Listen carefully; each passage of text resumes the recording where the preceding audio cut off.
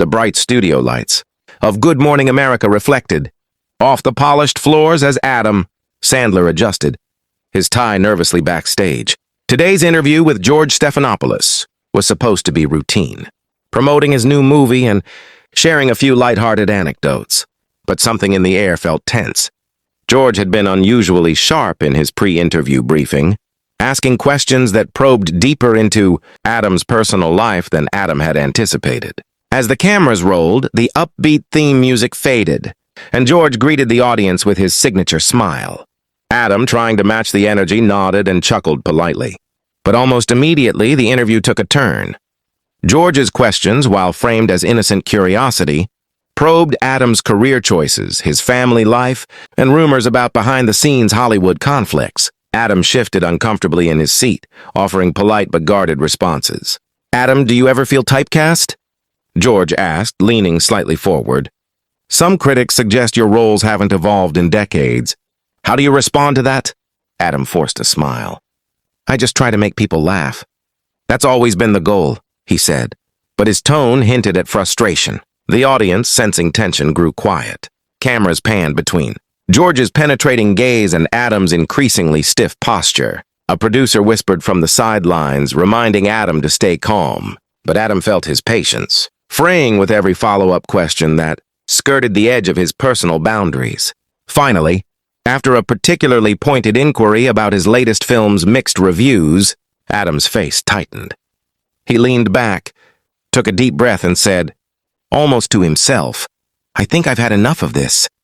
Then, without waiting for a pause, he stood abruptly, brushing past the microphone, and walked off the set.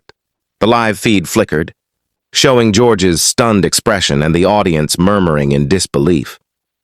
Backstage, the production team scrambled. Cameras kept rolling, trying to capture reactions, while producers whispered urgently into headsets. Adam, still flustered, paced the narrow corridor behind the studio. He could hear George's voice faintly from the set, trying to smooth over the moment for the viewers. "Well, folks, sometimes interviews take unexpected turns." A makeup artist cautiously approached. "Adam, are you okay?" "I'm fine," he replied tersely, massaging his temples. "It's just, I didn't sign up for a personal interrogation. I came here to talk about my movie." The publicist, red-faced and flustered, joined him. "We need to figure out how to handle this. It's going to be all over social media by the time the show ends." Adam ran a hand through his hair. He wasn't proud of walking off, but he also couldn't ignore how cornered he felt.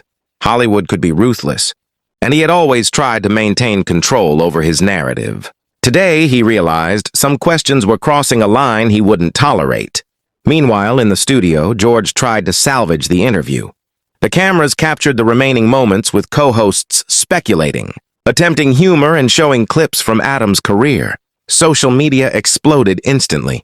Clips of Adam storming off circulated within minutes, accompanied by commentary ranging from supportive to critical. News outlets prepared segments analyzing the confrontation. Adam knew the backlash would come. He was used to criticism, but this felt different. It was personal, invasive. He slumped into a chair, trying to gather his thoughts. One thing was certain. Tomorrow's headlines would demand a response, but he wasn't ready to apologize for defending his boundaries.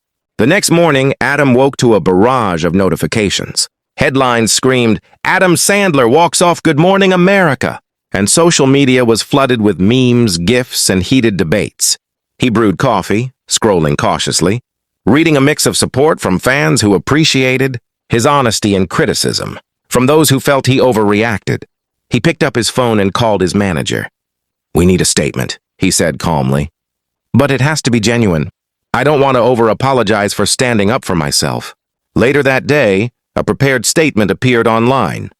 "I respect George and the Good Morning America team, but I felt some questions went beyond the scope of promoting my work. I appreciate everyone's understanding." It was concise, firm, and maintained his dignity. By evening, Adam reflected on the incident. Walking off had been a bold move, but it reminded him that his voice mattered. He wasn't just a comedian or an actor. He was a person with limits, and he had the right to enforce them. Interviews, like life, were unpredictable. Sometimes protecting one's boundaries meant making a public statement, even if it felt uncomfortable. He smiled as he scrolled through fan, reactions, messages of support from people who had faced similar pressures in their own lives. The situation was chaotic, yes, but it also felt liberating. For the first time in years, Adam realized that choosing his peace over pleasing others wasn't just okay, it was necessary. That night, he returned to his work with renewed focus, determined to let his art speak for him, confident that he could navigate fame without losing himself in the process.